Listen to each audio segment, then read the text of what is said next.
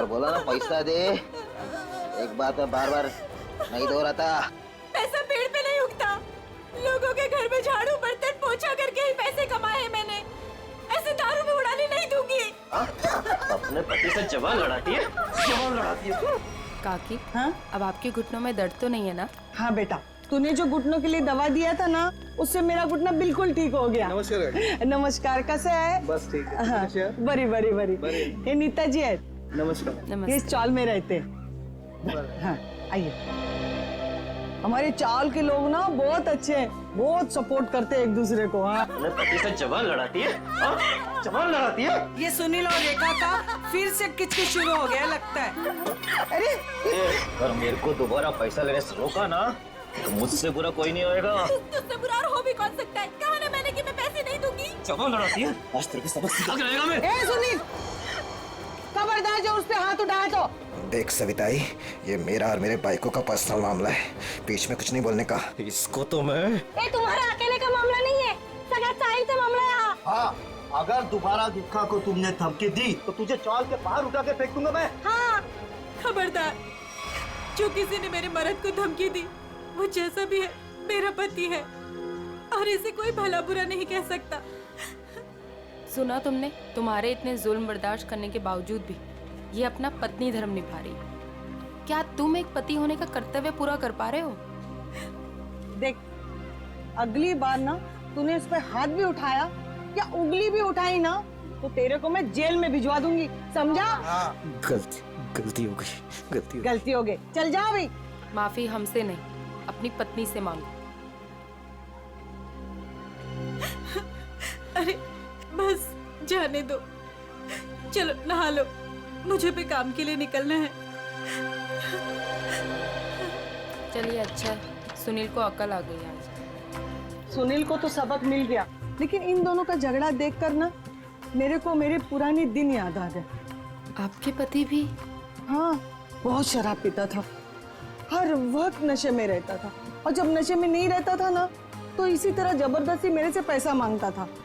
और आप पैसे दे देती थी? हाँ, क्या करती? और जब मैंने पैसा देना बंद किया ना तो मेरे सारे गहने, कपड़े, घर का सारा सामान, यहाँ तक कि घर का पूरा अनाज भी बेचना शुरू कर दिया। और फिर एक दिन यही शराब उनको मुझसे दूर ले गई और लीवर फेल हो गया। आई एम सॉरी, मुझे ये सब नहीं पता था। अब आपके पति के बाद आपके घर में कौन कौन है? मेरे 2 बच्चे थे, अनुज और कशिश। भगवान भी इतना निर्दयी है ना, एक एक्सीडेंट में मेरे 2 बच्चों को मुझसे छीन लिया। ये समझ सकती हूँ कि अपने को खोने का गम क्या होता है। हौसला रखिए, आने वाले दिन खुशियाँ ही खुशियाँ लेकर आएंगे। कल की इसी उम्मीद पे तो मैंने ये एनजीओ की स्थापना की थी और चाल के सारे परिवार वालों को मैंने अपना परिवार माना। काकी, आप बहुत ही नेक काम कर रही हैं। अच्छा अभी रहने दे, ज्यादा तारीफ मत कर मेरी। हाँ चल अंदर चल, मैं तेरे को ना गरम गरम चाय पिलाती हूँ। हाँ अरे नहीं काकी, मुझे ना लेट हो रहा है और आज ही मुझे कॉलेज भी जाना है अपने थीसिस का फॉर्म भरने। तो हम शाम को मिलते हैं चाय पे। पक्का ना? संभल के जाना। आज तो बहुत लेट हो गई।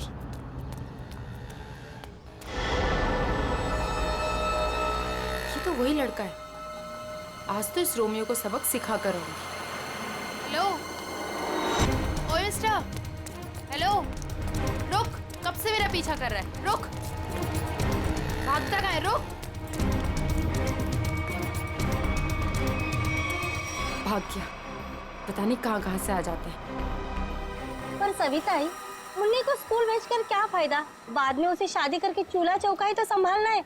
यही तो गलत मानसिकता है उर्मिला। शिक्षा ग्रहण करने के लिए जितना अधिकार लड़कों का है ना, उतना ही लड़कियों का भी है। आज हमारे देश में ज्यादातर परिवारों में महिलाएं उतना ही आर्थिक सहयोग देती है जितना कि पुरुष। क्यों नीता, मैंने ठीक कहा ना? बिल्कुल कहा। आज के जमाने में स्त्री का अस्तित्व उसके पिता या पति पे निर्भर नहीं करता, लड़की को भी पूरा अधिकार है। कि वो अपनी पहचान बना सके और समाज के साथ कंधे से कंधा मिलाकर आगे बढ़ सके।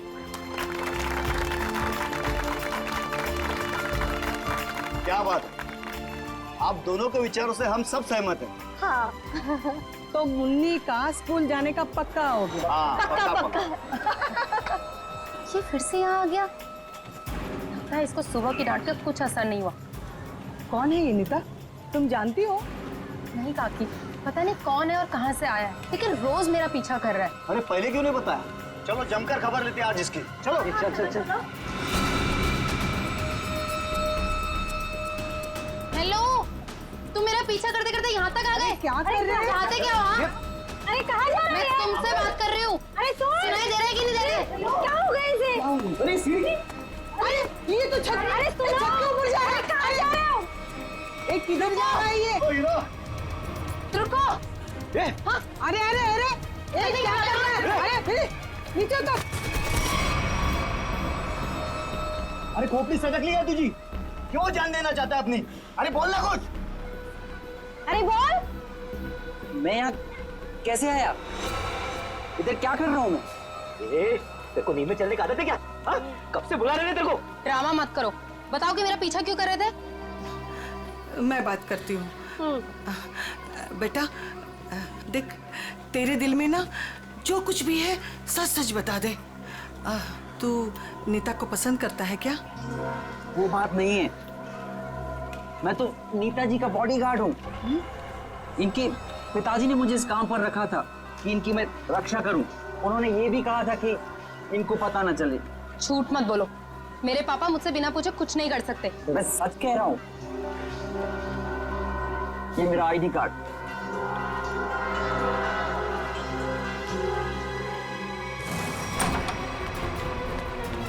अरे नीता बिटिया, अरे अभी हम तुम्हारे बारे में ही बात कर रहे थे। नमस्ते अंकल। नमस्ते बेटा।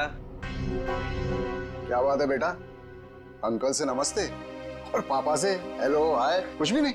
मैं आपसे बहुत नाराज हूँ। ऐसा मैंने क्या कर दिया? आप जानते हैं ना कि मैं मंगलावाड़ी चौल में अपनी रिसर्च कर रही हूँ। मुझे उन लोगों के रहन सहन, उनका गुजर बसर वो सब जानना है, इसलिए तो मुझे उनके बीच में रहना पड़ रहा है। हाँ बेटा, तो मैंने आपको अनुमति दे तो दी थी ना चौल में रहने की। अनुमति दी वो ठीक है, लेकिन वो बॉडीगार्ड वो मेरे पीछे क्यों आ जाता है बार बार? देखो बेटा, मैंने बॉडीगार्ड इसलिए रखा था कि मैं चैन की नींद सो सकूं और मुझे यकीन रहे कि मेरी बिटिया वहां पर सुरक्षित है। पापा, मैं कोई बच्ची थोड़ी हूँ, अपनी देखभाल कर सकती हूँ। शेखर अंकल, समझाइए ना पापा को। पापा के लिए तो तुम हमेशा बच्ची ही रहोगी। 50 साल की हो जाओगी ना तब भी। आप भी ठीक है, आप भी ना पापा की तरफदारी कर लो। अरे नहीं बेटा, हम तो आपकी ही तरफ हैं। देखो रतन, ये अच्छी बात नहीं है भाई। नीता बिटिया को उसकी पर्सनल स्पेस मिलनी चाहिए। लेकिन शेखर, तुम्हें तो पता है ना शहर में जुर्म कितने बढ़ गए। अब मैंने एक बॉडीगार्ड रख लिया तो कौन सा पहाड़ टूट गया यार। मुझे ना आपसे कोई बहस नहीं करनी। कल मेरा जन्मदिन है और ये मेरा जन्मदिन का गिफ्ट कि नो बॉडीगार्ड। अरे हाँ, कल तो नीता बिटिया का जन्मदिन है। अरे यार, मैं तो बिल्कुल भूल ही गया था। लेकिन मैं कैसे भूल सकता हूँ मेरी प्यारी प्यारी बिटिया का जन्मदिन। मैंने जन्मदिन की खुशी में एक बहुत बड़ी पार्टी रखी है। पार्टी? ठीक लगा ना बेटा? Happy birthday Nita. Thank you so much, please enjoy. Nita बेटा, जन्मदिन की ढेर सारी शुभकामनाएं। भगवान करे तुम्हें मेरी भी उम्र लग जाए। थैंक यू सो मच काकी। पापा, ये सविता काकी है, मैंने बताया था ना आपको इनके बारे में। हाँ, नमस्ते नमस्ते। हमारी बेटी आपकी बहुत तारीफ करती। आपकी बेटी भी बहुत बहुत अच्छी है। Thank you very much. ये है मेरे बिजनेस पार्टनर शेखर। नमस्ते। नमस्ते, आपसे भी मिलकर बहुत खुशी हुई। मुझे भी बहुत खुशी हुई आपसे मिलकर। Ankit, many happy returns of happy birthday. Thank you so much. अरे sir, looking handsome sir. Thank you. अच्छा सर, कल हमारे नए प्रोजेक्ट की मीटिंग फिक्स हुई है, सुबह 10 बजे। 10 बजे? Okay, done. हेलो जी, ये मेरी बर्थडे पार्टी है, आपका ऑफिस नहीं, तो ये जो अपना काम है ना ऑफिस तक ही रखिए। सॉरी बेटा, सॉरी। आई एम सॉरी, आज काम की कोई बात नहीं हो गई, ठीक है? चलो अब केक काटें। पापा बस एक मिनट, छोटा सा सरप्राइज है। रामू, श्याम, जल्दी से सारे मेहमानों के चश्मे ले आओ। चश्मे। चश्मे? ये देखिए, रंग बिरंगे चश्मे। सो आज का थीम है गॉगल्स, तो ये सबको पहनने हैं। Okay guys? Very innovative idea. तुम्हें ड्रेस से मैच कर रहा है ना?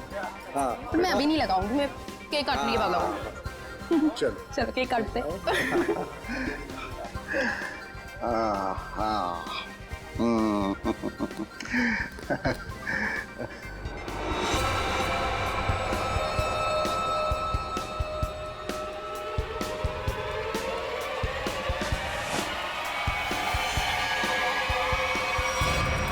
गन?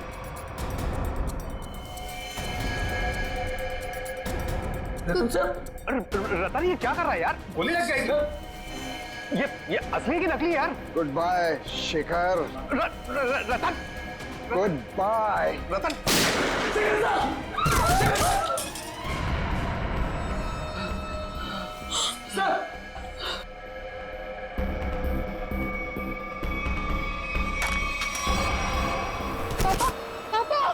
पापा, ये तो बेहोश हो गए।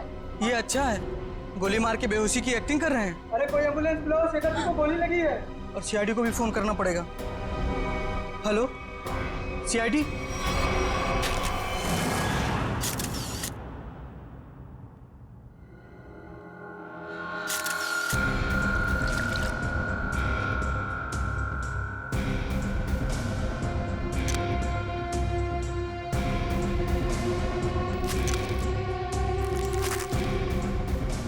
गोली सीधे सीने पे मारी गई है।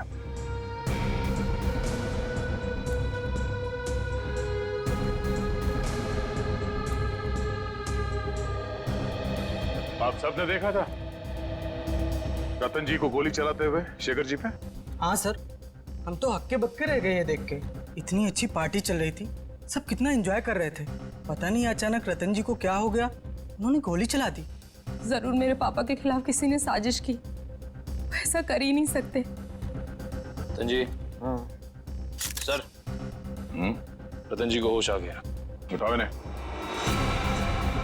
ये उठिए, चलिए उठिए। शेखर को क्या हो गया? सर क्यों भारी हो रहा है? पहले खून कर दिया इनका, अभी सर दर्द का बहाना कर रहे हो? हाँ, ये नाटक बंद करो, हटाओ। उठिए। ये आप क्या कह रहे हैं? मैंने किसी का खून नहीं किया। नीता बेटा, क्या कह रहे हैं ये लोग? मेरी समझ में नहीं आ रहा है बेटा। पापा, मुझे खुद समझ में नहीं आ रहा है कि ये सब हो क्या रहा है। समझ में आएगा, सबको बहुत जल्दी सबको समझ में आ जाएगा। निखिल, मयूर, घर की अच्छी तरह से तलाशी लो। यहाँ पे पार्टी में जितनी भी चीजें मौजूद है सबको उठा लो। जयंती सर, इस गन को फोरेंसिक लैब में भिजवा दो। रतन जी चलिए, ब्यूरो चलते हैं। पापा ठीक तो है ना? पापा सर, सब बैलिस्टिक्स रिपोर्ट आ गई। इसमें साफ साफ लिखा है कि शेखर को जो गोली लगी थी वो रतन जी के गन से चली थी, और उस गन पे जो उंगलियों के निशान मिले थे वो भी रतन जी के ही थे। कहिए रतन जी, क्या कहना है आपको इस बारे में? मेरे कुछ समझ में नहीं आ रहा सर। सर बहुत भारी हो रहा है।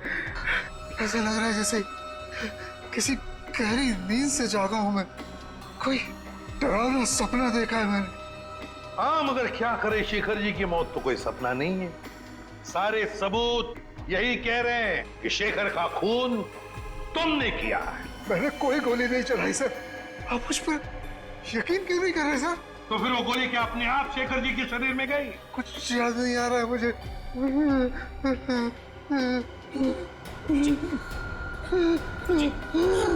जी, मैंने कहा था ना आपसे कि मेरे पापा दिल के मरीज हैं, उन्हें टेंशन मत दीजिए। सर, मैं एम्बुलेंस को फोन करता हूँ। नहीं नहीं, अपनी गाड़ी में लेकर चलो, हॉस्पिटल में एडमिट करो जल्दी। चलिए। मैं भी चलती हूँ साथ में। नहीं, आप नहीं जाएंगी। उन्हें पहले एडमिट होने दो, बाद में मैं भी चलूंगा तुम्हारे साथ।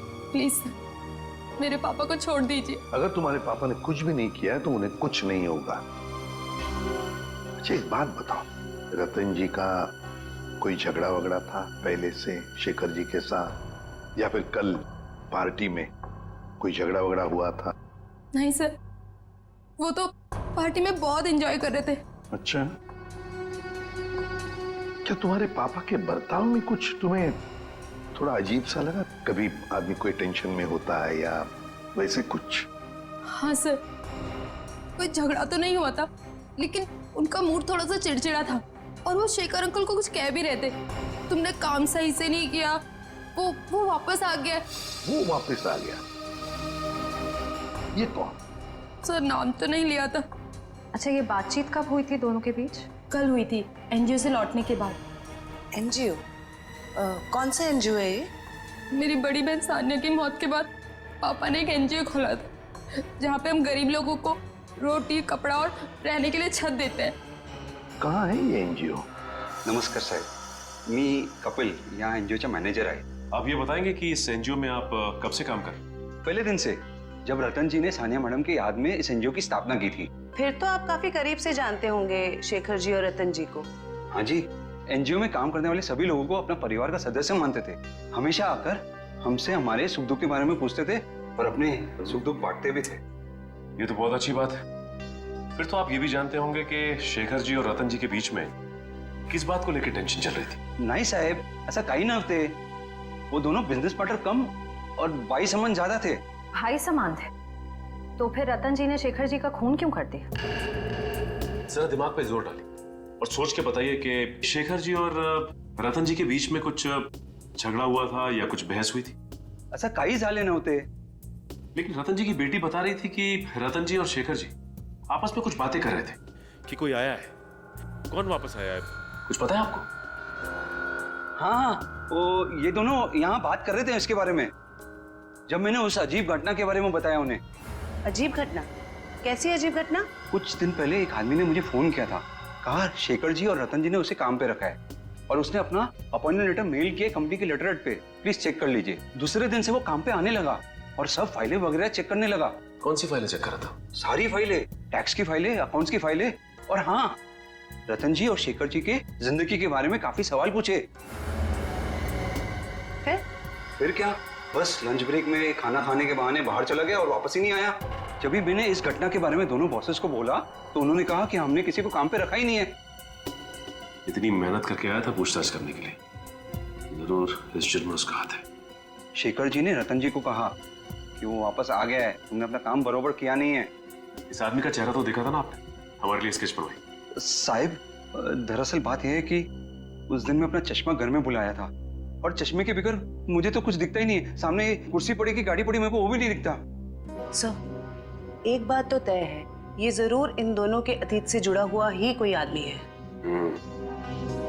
एग्जैक्टली, इसीलिए तो बड़ी आसानी से इस अनजान आदमी को उन्होंने पहचान लिया।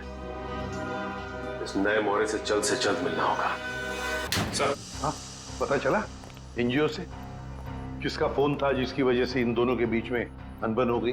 सर, एनजीओ वालों को उसका नाम तो नहीं मालूम, लेकिन उनका कहना था कि कोई आदमी आया था, अनजान आदमी, जो काफी सवाल जवाब कर रहा था वहां। यह आदमी जरूर रतन ने जो अपने बेटी सानिया के नाम पे एनजीओ चलाया उसी से संबंधित है। रतन और शेखर दोनों इस आदमी के बारे में जानते थे और इसीलिए इन दोनों के बीच में बहस हो गई। सर, कहीं ये जो भी चीजें हो रही हैं, इन सबका संबंध सानिया की मौत से तो नहीं? नीता, बेटा एक बात बताओ, तुम्हारी बहन की मौत कैसे हुई? दीदी ने आत्महत्या की थी। क्यों? मालूम नहीं। मालूम नहीं मतलब? मैं उस वक्त हॉस्टल में थी, घर पे क्या हो रहा है क्या नहीं, सबसे अनजान। अच्छा, जब आपकी बहन ने आत्महत्या की तो उस वक्त क्या आप हॉस्टल में थी? उस वक्त तो मैं घर पे थी, छुट्टियां मनाने के लिए आई थी। मुझे आज भी वो दिन याद है जब मैं और पापा मॉल से शॉपिंग कर आई और जैसे ही पापा ने दरवाजा खोला। सानिया बेटा, सानिया, सानिया! नीता, क्या तुमने अपने पापा से पूछा नहीं, जानने की कोशिश नहीं की कि क्यों तुम्हारी बहन सानिया ने ऐसा कदम उठाया? पूछा था सर, बहुत बार, लेकिन पापा हमेशा यही कहते थे कि तुम्हें इस बारे में जानने की जरूरत नहीं, और वो रोने लगते थे। इसलिए मैंने इस बारे में कभी उनसे बात नहीं की। हम अगर किसी को तो पता होगा ना क्या तकलीफ थी सानिया को, कोई खास दोस्त न कोई तो। आया जी थी, वो हमेशा उनके साथ रहती थी। उसकी जिंदगी के पहले दिन से लेके आखिरी दिन तक वो हमेशा दीदी के साथ रही है। जी, ये आया रहती कहाँ है? उसी चौल में जहाँ मैं रिसर्च कर रही हूँ। अभी भी पापा उनकी तनख्वाह हर महीने बराबर पहुँचा देते हैं। प्रदीप क्या चल रहा है तुम्हारा? अभी तक गिनती चालू है? आई एम सॉरी सर, पता नहीं क्यों मगर मुझे एक चश्मा कम लग रहा है। एक चश्मा कम लग रहा है मतलब? सर पार्टी में 20 लोग आए थे। हाँ। मैं कम से कम 5 बार गिन चुका हूँ, हर बार 19 चश्मे बता रहे। तो फिर एक चश्मा कहाँ गया? पता नहीं सर। जी बिल्कुल सही कह रहे हैं, जो चश्मा मेरे पापा ने पहना था वो तो इसमें है ही नहीं। पापा का चश्मा कहाँ गया? सर हो सकता है जब पापा बेहोश हुए हो तो कोई लेकर चला गया हो। कमाल है सर, पार्टी में खून हो जाता है मगर फिर भी किसी को चश्मा चुराने की सूझी। एक बात और सर, बिल्कुल उसी तरह का चश्मा मेरे बॉडीगार्ड ने भी पहना था जब वो चौल की छत से कूदकर खुदकुशी करने वाला था। एक मिनट, तुम्हें कैसे पता चला कि वो वही चश्मा था जो तुम्हारे पापा ने पहना था? क्योंकि मैंने उसे पहले भी देखा है, वो कभी चश्मा नहीं पहनता, लेकिन उसने चौल की छत से जब वो कूद रहा था तो उसने उसी तरह का चश्मा पहना था। वो चश्मा ही मनूस है। सर इस चश्मे का खून के साथ क्या कनेक्शन हो सकता है? सचिन कोई ना कोई कनेक्शन तो जरूर है, कुछ ना कुछ तो गड़बड़ है, कुछ ना कुछ तो गड़बड़ है इस चश्मे को लेकर। क्या नीता, क्या हमारे लिए तुम्हारे पिताजी के गॉगल का जो डिजाइन है वो बनवा सकती हो हमारे स्केच आर्टिस्ट से? जरूर सर। उन दोनों को कनेक्ट कर।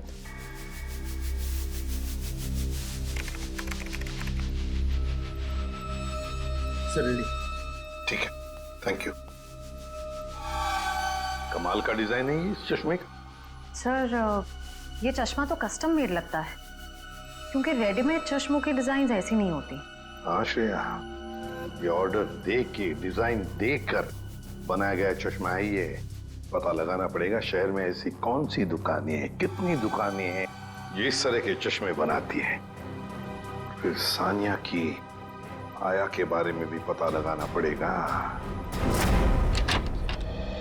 हेमलता जी। कौन है? आप सानिया की आया थी ना? हाँ, पर आप लोग? देखिए हम सीआईडी से। सीआईडी? माफ करना माँ जी, हम लोग ने आपको परेशान किया। ठीक है बेटा, दिवस भर में आराम ही करती हूँ, पर आप लोग यहाँ कैसे? देखिए हिमलता जी, आप सानिया की आया रही बचपन से, है ना? और फिर सानिया ने आत्महत्या भी की, ये तो आप जानती ही हैं। अब ये जानना चाहते हैं कि क्यों सानिया ने क्यों आत्महत्या की।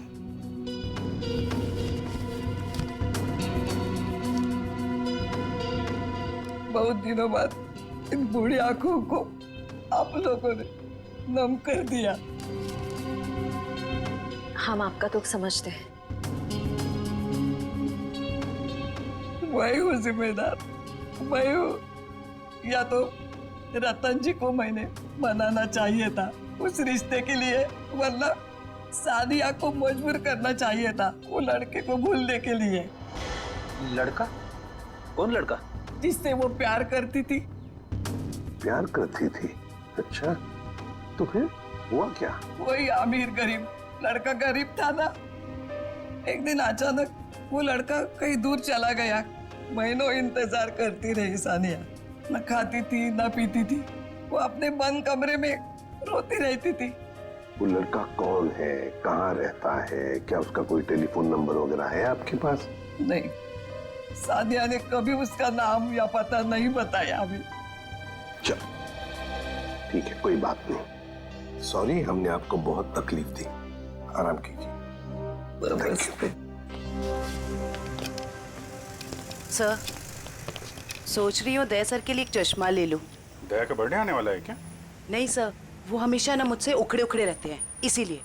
अच्छा, गिफ्ट देके उनको खुश करना चाहती हो? नहीं सर, उन पे बहुत अच्छा लगेगा, इसलिए। बाद में देखते हैं। एक्सक्यूज मी, जी कहिए, किसके लिए चश्मा दिखाऊं? एक मुजरिम के लिए। मुजरिम के लिए चश्मा? मैं कुछ समझा नहीं। तेरा ये डिजाइन देखो चश्मे की, ये आपने ही बनाया था? जी हाँ। आपको पसंद है? आप लोगों के लिए भी बनवा दूं? नहीं नहीं, आप हमें माफी कीजिए। आपका बनाया हुआ ये चश्मा पहनकर लोग उल्टी सीधी हरकतें करने लगते हैं। कोई छत पे पहुंच जाता है छलांग लगाने, तो कोई किसी को गोली मार रहा है। क्या मजाक कर रही हैं आप? ये सब मेरे चश्मे की वजह से हो रहा है? हम मजाक के मूड में नहीं है। सीआईडी? अब जरा ध्यान से बताओ, किसके लिए बनाया था ये? एक मिनट सर। सर, ये कोई अभिषेक नाम का आदमी था।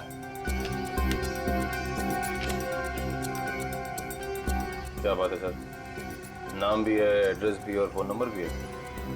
कॉल करो जी।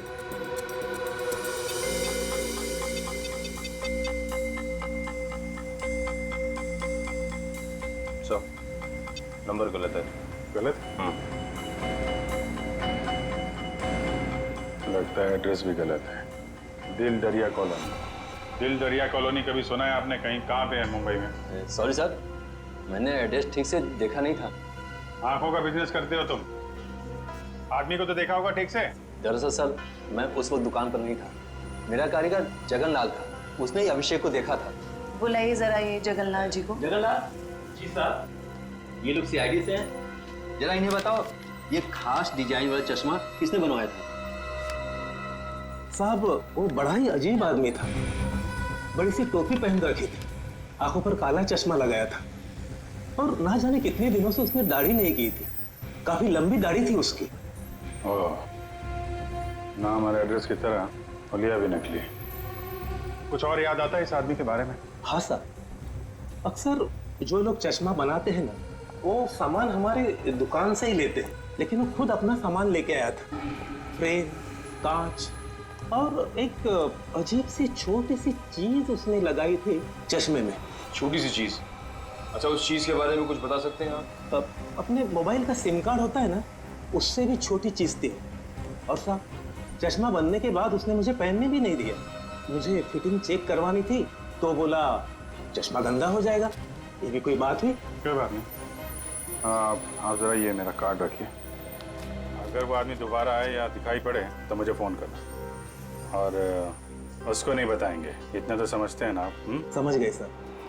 सर, हाँ, ये रोहन और मीशा है, ये सानिया के बड़े अच्छे दोस्त थे। घबराओ मत। देखो, हमने तुम्हें यहाँ कुछ सवाल पूछने के लिए बुलाया है। कैसे सवाल सर? सानिया के बारे में। क्या तुम लोगों को पता है सानिया ने ऐसा क्यों किया, क्यों आत्महत्या की? पता नहीं सर, अगर उसे कोई प्रॉब्लम होती तो हम जरूर उसकी मदद करते, लेकिन ऐसा कुछ नहीं था सर। एक बात बताओ, क्या सानिया का कोई बॉयफ्रेंड वगैरह था? कोई लड़का था उसकी जिंदगी में? हाँ सर, एक लड़का तो था, मगर उसने कभी हमें उससे मिलवाया नहीं। क्यों? पता नहीं सर, वो बोली सब कुछ ठीक हो जाने के बाद सबको बताएगी। बहुत सीरियस थी उसको लेकर, शादी करना चाहती थी उससे। अच्छा, क्या नाम क्या था उस लड़के का? नहीं सर, उसके बारे में कुछ भी नहीं बताया था। पर हाँ सर, वो कॉलेज खत्म होने के बाद मंगलावाड़ी चौल जाती थी। एक दो बार तो मैंने खुद उसे वहाँ पे छोड़ा था। वहाँ पे एक लड़का बाइक पे हेलमेट पहने उसका इंतजार किया करता था। मंगलावाड़ी? चलो, थैंक यू वेरी मच, तुम दोनों जा सकते हो। मंगलावाड़ी चाल? सर, नीता तो वहीं पे रिसर्च करती थी। और उसकी बहन सानिया, नीता की बहन सानिया जिस लड़के से मिलने जाती थी, वो मंगलावाड़ी चाल में ही रहता है। मंगलावाड़ी चाल में। कुछ समझ गए? समझ गया सर। मतलब ये नीता उस लड़के को जानती है, मगर जानबूझ के हमसे छुपा रही है। हाँ, मंगलावाड़ी चाल। इस लड़की को देखिए, क्या आप में से कोई भी इसे जानता है, कभी देखा है? हाँ, ये अक्सर हमारे चौल में आया करती थी उस लड़के से मिलने। कौन सा लड़का? मनोज नाम था उसका, इसी चाल में रहता था वो। रहता था मतलब? अब नहीं रहता? वो दरअसल कुछ साल पहले उसे सजा हो गई थी। अब तक तो सजा पूरी भी हो गई होगी, पर वो वापस लौटा नहीं। क्या क्या किया था उसने? सर पक्के से तो पता नहीं, पुलिस कह रही थी चोरी चकारी का इल्जाम है उस पर। मनोज, चल, thank you very much. Sir जिस मनोज की आप बात कर रहे हैं उसका तो सर कोई भी पुलिस रिकॉर्ड नहीं है। सुमी जी, ये कैसे हो सकता है जबकि मंगलावाड़ी चाल में रहने वाले लोगों ने हमें बताया कि 5 साल पहले मनोज को उसी चाल में से गिरफ्तार किया था। सर सारी फाइलें आपके सामने रखी हुई हैं। 5 साल के सारे रिकॉर्ड आप देख चुके हैं, मगर कहीं भी इस नाम का कोई शख्स नहीं है। हो सकता है मनोज की फाइल गुम हो गई। ऐसा कैसे हो सकता है सर? क्यों नहीं हो सकता? तो फिर मनोज की फाइल मिल क्यों नहीं रही है? हो सकता है सर आपको कोई गलत इंफॉर्मेशन मिल गई हो, या फिर इस नाम का कोई शख्स हो ही ना, या फिर चौल वालों ने आपसे झूठ बोल दिया। होने को तो ये भी हो सकता है कि मनोज की फाइल यहां से जानबूझकर गायब की गई।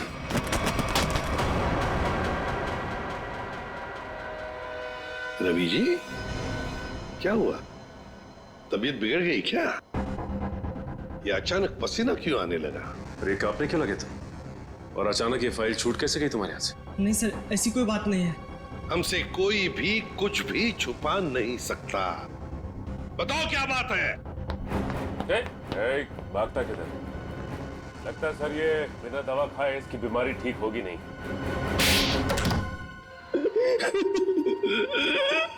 सर मुझे माफ कर दीजिए, मेरे पैसों के कारण उन्होंने उसकी फाइल जला दी। शर्म आनी चाहिए तुम्हें। पैसों की लालच में तुमने मुजरिम की मदद की, और तो और अपने नौकरी से गद्दारी की, अपने देश से भी गद्दारी की तुमने। कौन से जेल में है मनोज? सर तिलक नगर जेल में था। 7 साल की सजा थी उसे। अच्छे व्यवहार के कारण 4 साल में उसे रिहा कर दिया गया।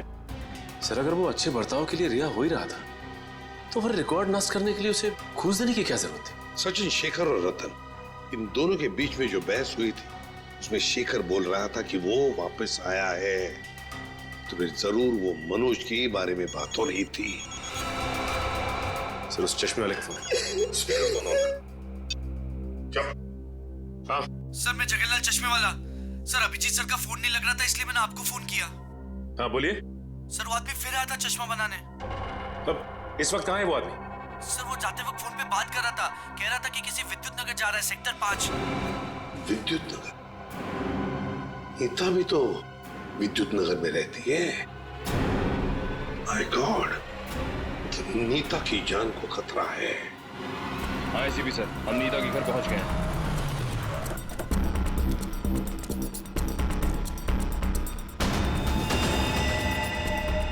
ओह नो, ये नीता छत पे क्या कर रही है? इसे रोकना होगा। नीता!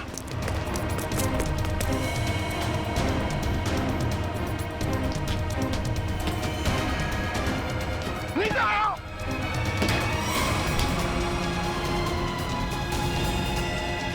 तो हटो।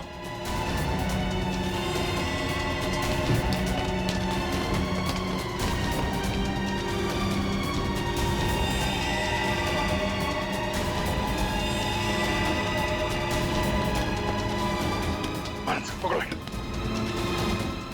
आ जाओ। मयूर चश्मा। ये क्या कर रही थी तुम? अपनी जान क्यों दे रही थी? जान दे रही थी? मैं क्यों अपनी जान दूंगी? तुम छत पे क्या करने आई थी? छत पे? मैं छत पे क्या कर रही हूँ? मुझे कुछ याद नहीं आ रहा।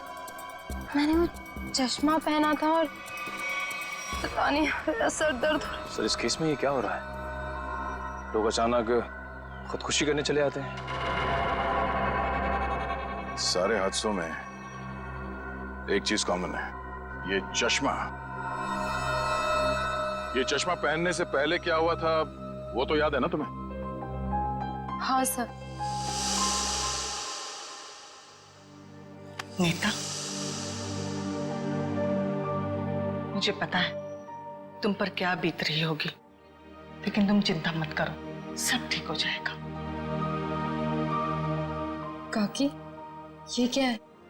ऐसी हालत में मुझे ये गिफ्ट तुम्हें देते हुए बहुत अजीब लग रहा। गिफ्ट?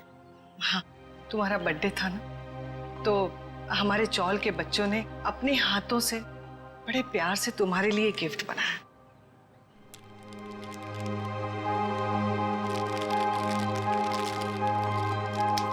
चश्मा?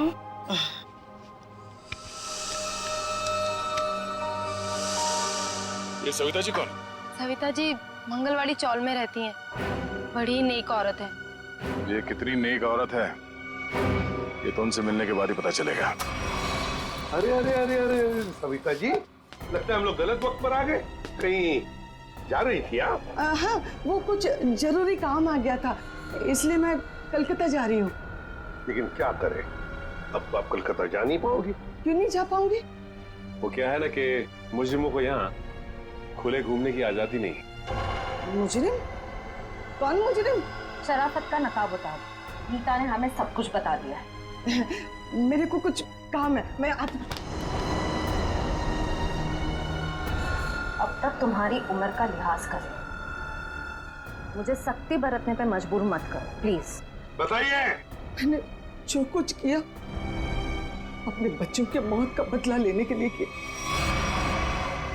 बच्चों की मौत का बदला? हाँ, नीता के पिता रतन ने मेरे दोनों बच्चों को मार डाला अपने बिजनेस पार्टनर शेखर की मदद लेके। जान ली? लेकिन क्यों?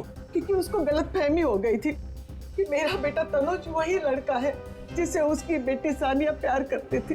क्यों हुई ऐसी गलतफहमी? क्योंकि एक दिन तनुज सानिया को घर छोड़ने गया था तो रतन ने देख लिया और वो गलत समझ बैठा। फिर शेखर ने गुंडे भेजे इधर मेरे घर पे मेरे दोनों बच्चे तनुज और कशिश को मार डाला। मैं उस टाइम पे घर पे नहीं थी इसलिए जिंदा बच गए। पर नीता ने क्या बिगाड़ा था तुम्हारा? उसे क्यों सजा दी तुमने? क्योंकि रतन ने मुझसे मेरे बच्चे छीने साहब। उसको वही दर्द देना चाहती थी। मनोज कहाँ पर है? मनोज? कौन मनोज? वही मनोज जिसने तुम्हें बदला लेने में मदद की थी। साहब मेरे को नहीं मालूम। बताना तो पड़ेगा ही। ये जादू वाला चश्मा कहां से बनवाया? मनोज कहां पर है? आइए आइए जनाब, आप ही का तो इंतजार था। आइए। बड़े खुश नजर आ रहे हो, क्या बात क्या है? बात ही ऐसी बॉस, आज मैं आपको एक कमाल का जादू दिखाता हूँ। देख साउंड के मेरे पास मजाक करने के लिए वक्त नहीं है, जल्दी बता। अरे यार 2 मिनट, हमेशा काम करते रहते हो, जरा जादू देखो प्लीज प्लीज। तारेगा लेके आओ। एक देखो देखो देखो क्या होता है, देखो। ये लीजिए। Very good. सचिन यार तुम ये जरा चश्मा पहन लो। चश्मा? लेकिन मैं ही क्यों सर? अरे पहनो पहनो, मैं हेल्प करता हूँ तुम्हारी। अब सचिन जरा ध्यान से देखो और बताओ कि ये चश्मा वहां से ला करके किसने दिया? अरे सर कैसी बात करते हैं? तारिका ने। नहीं सचिन, गौर से देखो, ये चश्मा वहां से उठा करके तारिका नहीं श्रेया लेकर के आई।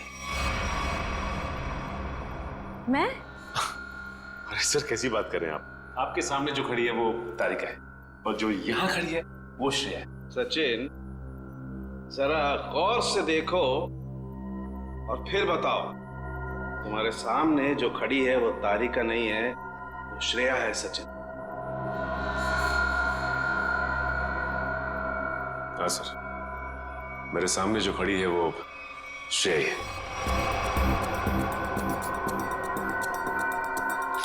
सचिन ये मेरी गन लो। और तुम्हें इस गन के साथ क्या करना है सचिन, तुम जानते हो ना? हाँ सर, मुझे अच्छी तरह से मालूम है कि इस गन के साथ क्या करना है। साळुंखे, कुछ नहीं होगा। साळुंखे ऐसी मजाक मत कर। Please believe me. हाँ सचिन, तो पता है ना तुम्हें क्या करना है इस गन से? हाँ सर, पता है।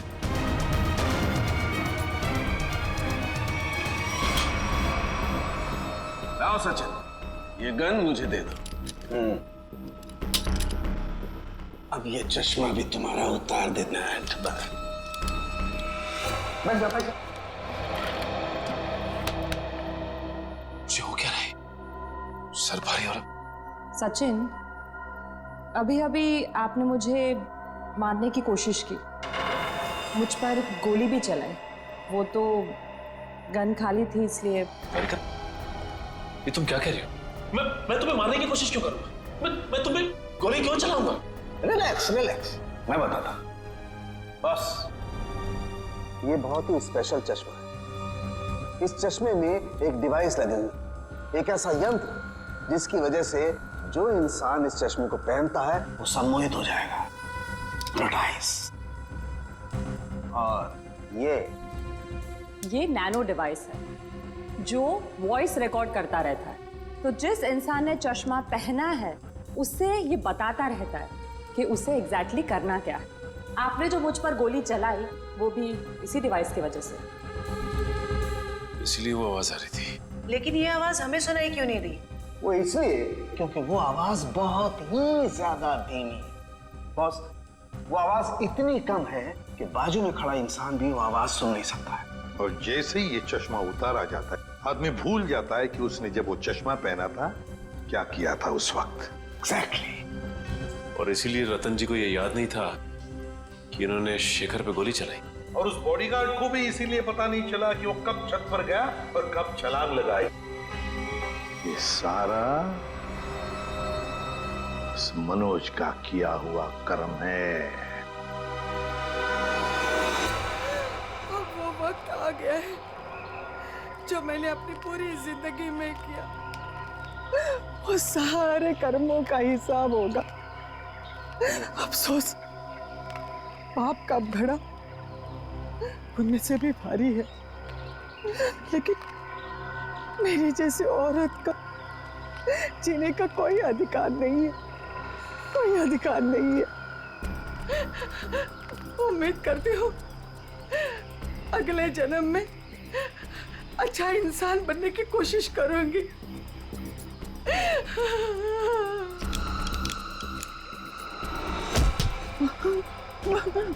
ये क्या कर रही है?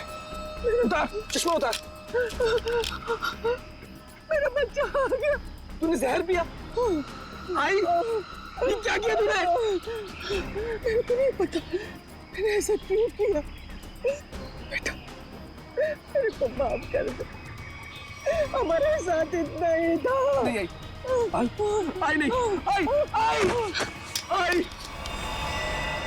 जिस किसी ने भी तेरे साथ ऐसा किया है माँ, तेरी कसम उसे छोड़ूंगा नहीं मैं। अब पता चला किसी अपनों पर वो मौत का चश्मा लगाने के बाद कैसे लगता है। चलो अब तुम्हारे आंखों पे कानून का चश्मा चढ़ाते हैं। कहाँ भाग रहे हो? रुक, सचिन उधर से पीछे जाओ उसके।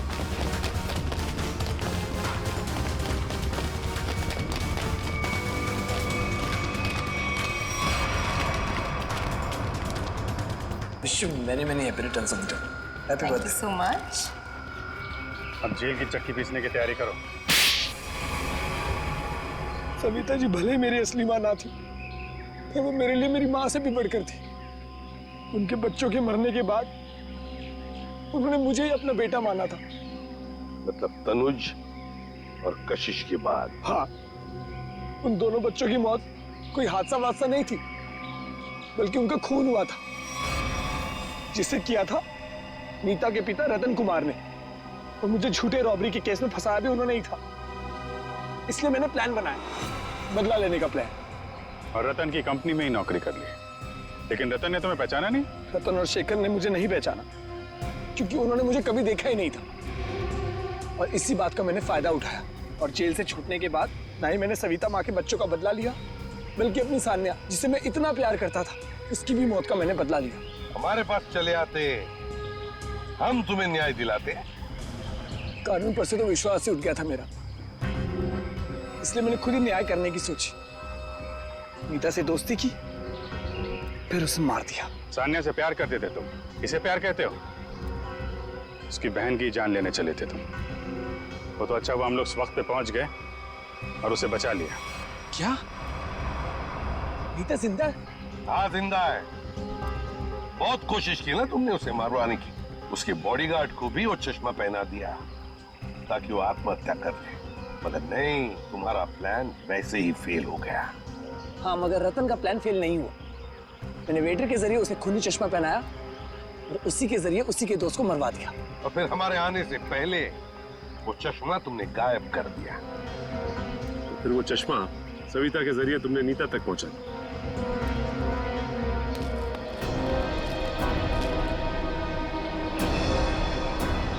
माँ, तू जिंदा है? मैं जिंदा हूँ। मेरे को माफ कर दो मनोज बेटा, ये सब कुछ मुझे सीआईडी को बताना पड़ा। इन्होंने जो कुछ भी किया हमारे कहने पे किया। अपना बदला पूरा करने के लिए तुमने बहुत नाटक किया और तुम्हारी असलियत सामने लाने के लिए हमने भी ये छोटा सा नाटक किया। क्या मिला तुम्हें? इस बदले की आग ने तुम्हें कहां से कहां पहुंचा दिया। अब जेल की सलाखों के पीछे सड़ते बैठना। कानून तुम्हें कड़ी से कड़ी सजा देगा, शायद फांसी ही होगी। For more updates, subscribe to our channel, click the show links and enjoy watching the videos.